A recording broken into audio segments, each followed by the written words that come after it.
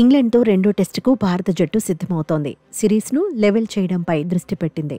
తొలి మ్యాచ్లో భారత్ 5 సెంచరీలు నమోదు చేసిన విజయాన్ని అందుకోలేకపోయింది. అయితే సీనియర్లు రోహిత్ శర్మ, విరాట్ కోహ్లీ, రవిచంద్రన్ అశ్విన్ లేకపోయినా ఆ ఎఫెక్ట్ కనిపించకుండా శుభ్మన్ గిల్ సేన చూసుకుంది.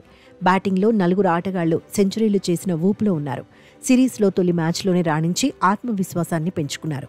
లీడ్స్ ఆతిథ్యం ఇచ్చిన టెస్ట్లో యశస్వి జైస్వాల్ అదరకొట్టేశాడు. తొలి ఇన్నింగ్స్లో భారత్కు శుభారంభం అందించాడు. 101 పరుగులతో భారత్కు భారీ స్కోర్ అందించడంలో కీలకంగా నిలిచాడు. కేఎల్ రాహుల్ కూడా బాధ్యత తీసుకుని బ్యాటింగ్ చేశాడు. సీనియర్గా ఆకట్టుకున్నాడు. తొలి ఇన్నింగ్స్లో 8 పరుగుల తేడాతో హాఫ్ సెంచరీ మిస్ అయినా రెండో ఇన్నింగ్స్లో దంచేశాడు. కఠిన పరిస్థితులను సమర్థంగా ఎదుర్కొన్నాడు. ముందుగా క్రీజులో నిలదొక్కునేందుకు ప్రయత్నించాడు. ఆ తర్వాత ఇంగ్లాండ్ బౌలర్లపై ఒత్తిడి పెంచాడు. ఇంగ్లాండ్ పిచ్లపై ఎలా ఆడాలో మరోసారి చూపించాడు. 137 పరుగులతో మెస్మరైజ్ చేశాడు. టెస్ట్ జట్టు కెప్టెన్గా శుభ్మన్ గిల్ సైతం బ్యాట్తో ఆకట్టుకున్నాడు.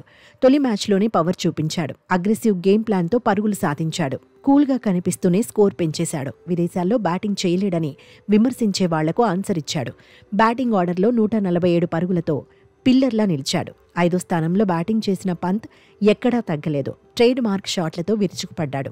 తొలి ఇన్నింగ్స్లో 134 పరుగులు సాధించాడు.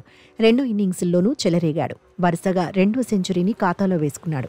118 పరుగులతో మరోసారి డేంజరస్ బ్యాటర్ అనిపించుకున్నాడు. యశస్వి జైస్వాల్, రాహుల్, శుభ్మన్ గిల్, పంత్ సూపర్ ఫామ్లో ఉండటం భారత జట్టుకు కలిసి రానుంది. టాప్ 5లోని బ్యాటర్స్లో 4 పరుగులు సాధిస్తే ఏ జట్టైనా హ్యాపీగానే ఉంటుంది. అయితే అరంగేట్ర మ్యాచ్లో సాయి సుదర్శన్ ఇంపాక్ట్ చూపించలేకపోయాడు. తొలి ఇన్నింగ్స్లో డకౌట్ అయ్యాడు. రెండో ఇన్నింగ్స్లో మాత్రం 30 పరుగులు సాధించాడు. జట్టులో సెటిల్ అవ్వాలంటే రెండో మ్యాచ్లో బిగ్ స్కోర్ సాధించాల్సిందే అనే చర్చ జరుగుతోంది. లాంగ్ గ్యాప్ తర్వాత జట్టులోకి వచ్చిన కరుణ్ నాయర్ నుంచి కూడా టీం మేనేజ్మెంట్ బిగ్ స్కోర్ను కోరుకుంటోంది. రీ ఎంట్రీలో ఆడిన తొలి మ్యాచ్లో కరుణ్ నాయర్ అంచనాలు అందుకోలేకపోయాడు. రెండో మ్యాచ్లోనూ ఫెయిల్ అయితే కెరియర్ డేంజర్లో పడుతుందనే వాదన ఉంది. 7వ స్థానంలో రవీంద్ర జడేజా కూడా ఒకప్పటిలా మెరుపులు మెరిపించలేకపోతున్నాడు. తొలి మ్యాచ్లో 8వ స్థానంలో శార్దుల్ కూడా బ్యాటర్గా ప్రభావం చూపించలేకపోయాడు.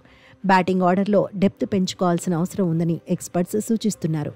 రెండో మ్యాచ్లో ఎలాంటి ప్రణాళికలతో భారత్ బరిలో దిగుతుందనేది ఆసక్తికరంగా మారింది.